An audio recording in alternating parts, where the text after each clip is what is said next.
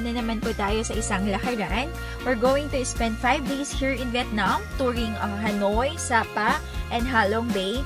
But right now, nandito po tayo sa first stop natin, which is Hanoi. Kasi this one is the capital of Vietnam, and at the same time, this one is the center point dun sa mga pupuntahan naming mga lugar this next days to come. This one is super biglaan, and I hope na i-enjoy nyo pa rin tong video.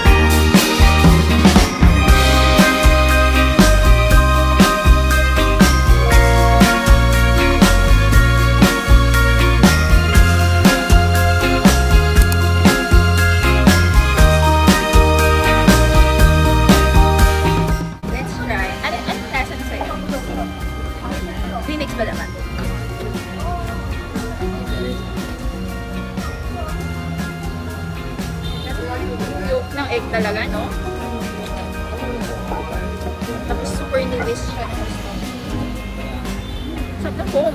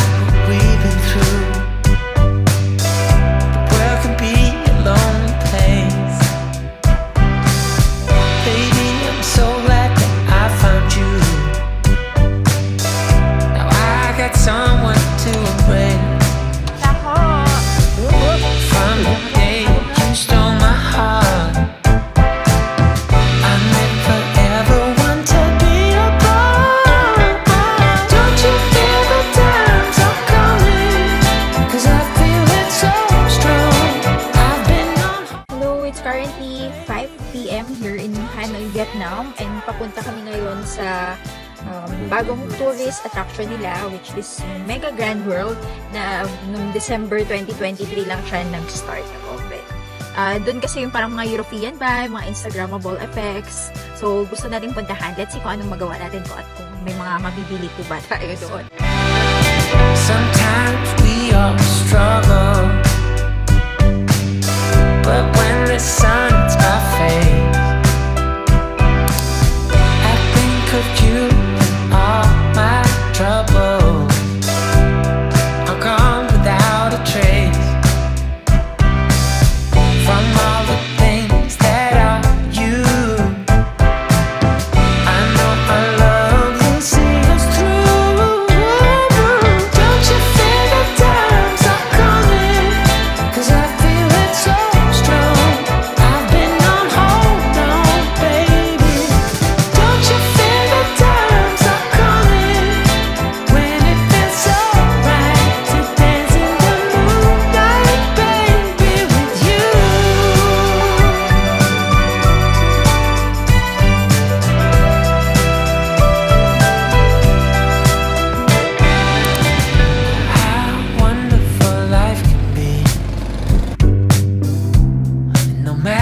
what's in store. As long as you and me, baby, we can open every door. From the day you stole my heart, I never ever want to be apart from all the things that are you. I know our love will see us through. Don't you feel the times are coming? 'Cause I feel it so strong. I've been on hold now, baby. Hello, good morning from our Hanoi trip. It's day 2 and our itinerary for today is pupunta tayo sa Halong Bay. So this one, we booked in for around 2,400 pesos each. Ito, ipipick up ka ng driver, bus tour mismo sa pick up and drop off doon sa mismong hotel. And our breakfast, kumain na lang kami ng bani while waiting for our driver kanina 2:20 AM. And then we bought this one, this Hansel, and I also have to capture from the Philippines pa. Dinala na lang namin baka kasi mag-deliver during the biyahe. Don't you feel the times are coming? Can you feel it? Can you feel it? Oh, don't you feel the times are coming?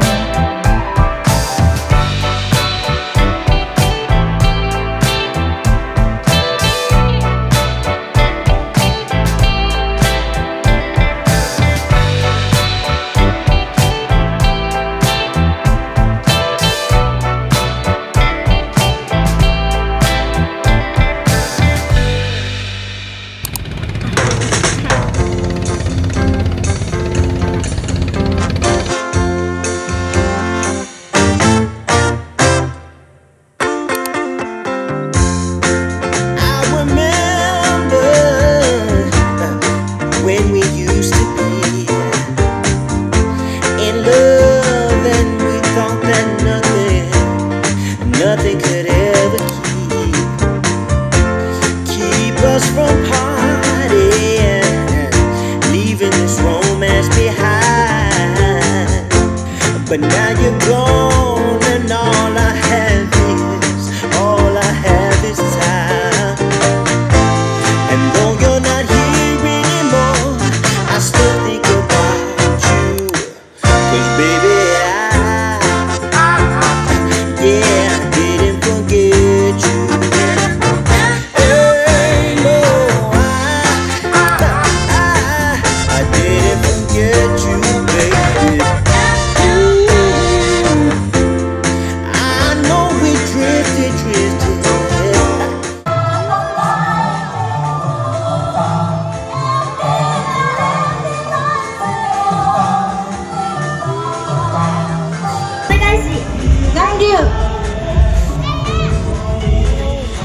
And talking with another guy, and I wish you happiness, but sometimes I wonder why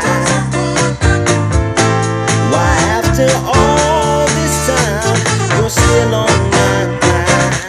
'Cause baby, yeah, I didn't forget you.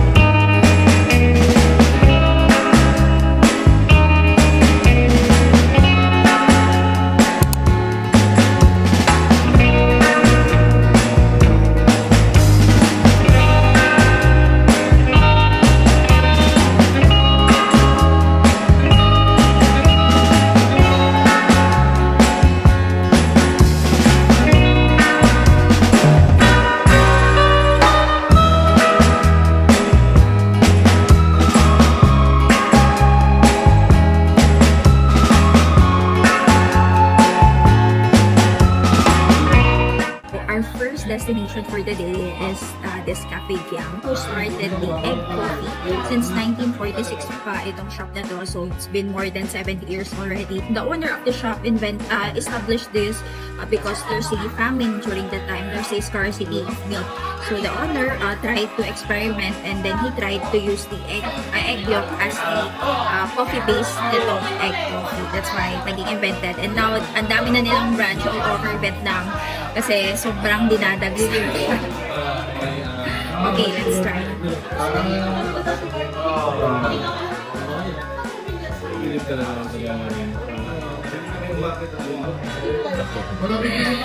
Okay, ito yung second na egg coffee ko dito sa Hanoi. And I can say na mas masarap yung una kong natikman dito sa egg coffee. Wala siyang sweetness dito. Hindi siya yung parang leche flan na taste na natikman ko dun sa train street. Parang medyo bland, konti na hindi ko alam kung matetaste ko pa rin yung egg yolk. Pero hindi eh. Hindi. So I don't know, just going here para matry na lang and compare both coffees kung ano yung mas masarap. And as for my personal experience, our personal experience, we ordered both hot and cold. Mas masarap pa rin dun sa una namin natikman.